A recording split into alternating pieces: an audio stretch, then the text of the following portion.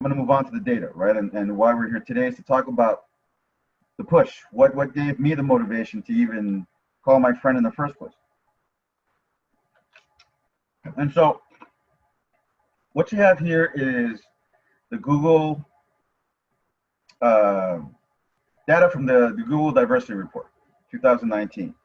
And in blue, the blue bars, that's data from 2014 when the report first came out. And the red bars signify either data from 2018 or 2019, and to not have to go through a bunch of logistical hurdles just to get this graph put together. Excuse me. Just call it end of year value. Alrighty.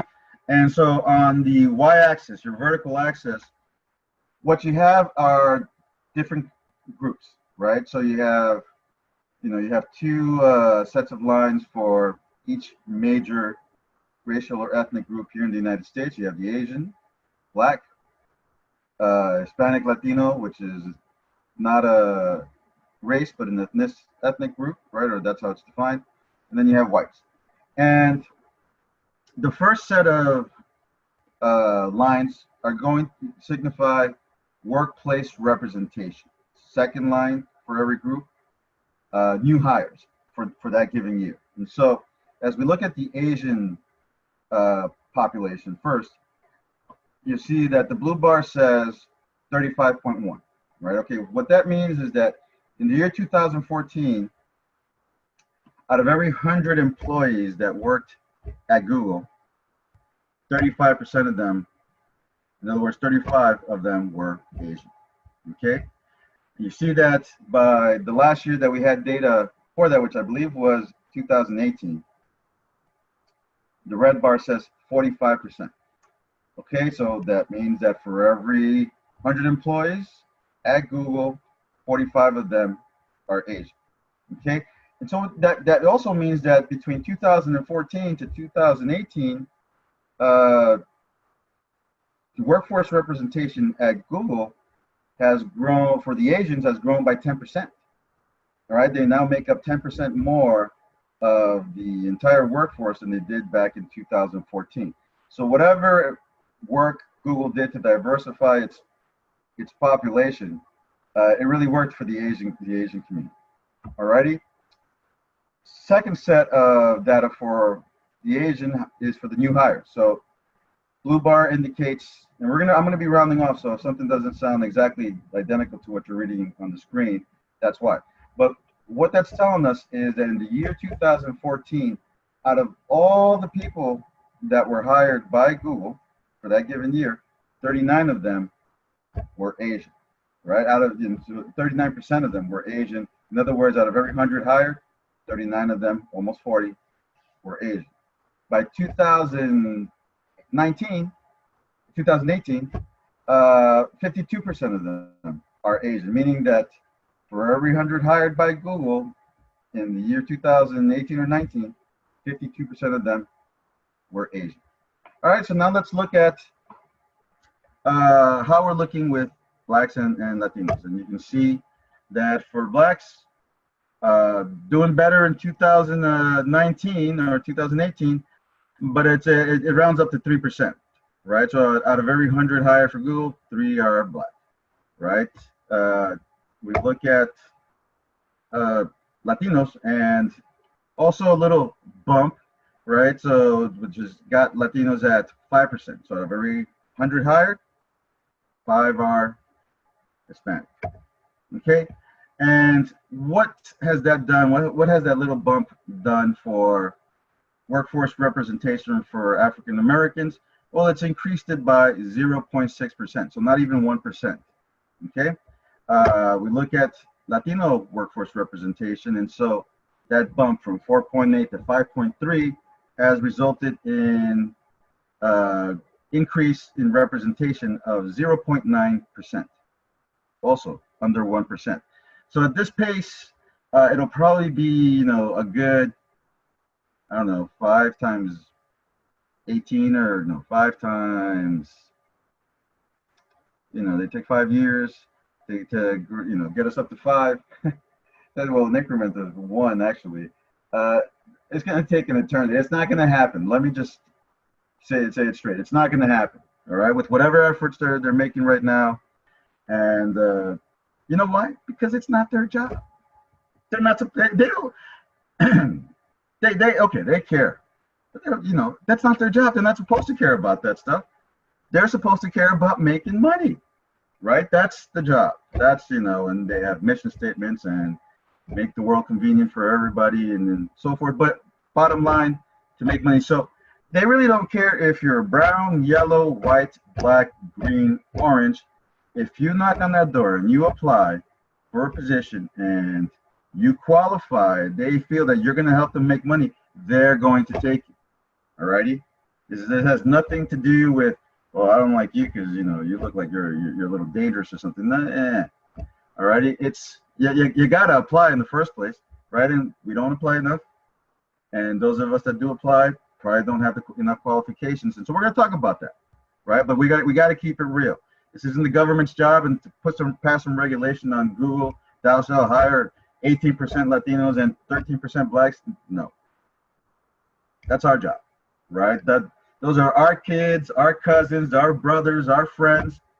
And look, this is for everybody. I don't care what race or ethnicity you are, because the success of those underrepresented groups makes life great for everybody. Okay, and I don't want to make this a political thing or a racial thing. This is just where the problem's at. Who the problem is with, and it just happens to be with my daughters and my wife and my cousins, nieces, nephews. And I see the opportunities missed, where I could have made a difference, where I could have helped many kids at the time get on the right path, but I was on a different route when I was working, at corporate America, and I didn't have time to think about doing anything else but my job, and barely have time for my family, which is why, another reason why. So you take, these data, coupled with, direction my life was headed in, and thinking there's got to be a greater purpose for me. That's why CTD with the DDS was born. But I hope you're bothered by this. Anybody that's looking at this, I hope you're bothered. But especially if you're black or Latino, it's like, damn, what? And I'm going to tell you, stop blaming anybody else. I'm going to show you a little bit more data, and I'm going to cut this one short, so that you internalize what I've just shared with you. And let's jump into this. Okay. So here we're looking at. So we looked at the state of diversity at Google. This is the state of diversity in the United States. Same period of time, okay? And so we're seeing here, if you look at the top chart, all those numbers represent millions, right? So if you look at white population in 2017, 249,600,000 people, residents, right? If you go to, the second chart right below, this one breaks down Hispanic and Latino Americans and how they classify themselves by race. So, or how we classify them by race. Right. Okay, so out of the 59 million Latinos in the United States in 2017, 38,222,255 classified themselves as white. I didn't know that. 15 million classified themselves, or close to 16 million classified themselves as some other race. 2 million as two or more races, or almost 3 million. 1.2 million as black. 581,000 as American Indian. But either way, but the point here, and with that add-on, that made the white race. So that's 65%. Yeah, 65% of all Latinos classify themselves as white. 27% as some other race, but that's not even that important. What's important is more on the other chart, which is, I just want you to know how I came up with these numbers. So if we look at, we separate the Latinos or Hispanics that, classified themselves as race being black. So black or African Americans on the top chart reads 43.5 million.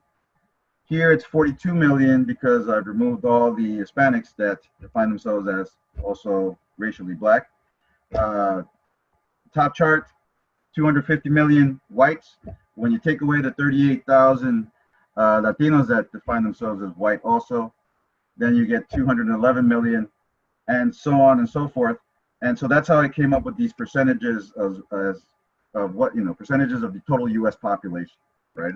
So, when you remove the Hispanics, and you see this on the forms, right? They say white, not Hispanic, versus Hispanic, because they want you to separate those, right? And so, I'll be using these numbers in this third chart when I do my calculations, by count or by percent, right? And so, but going back to this third chart, and so if we see the percent of blacks that were residents in the United States in 2017, they made up 13% of the total U.S. population.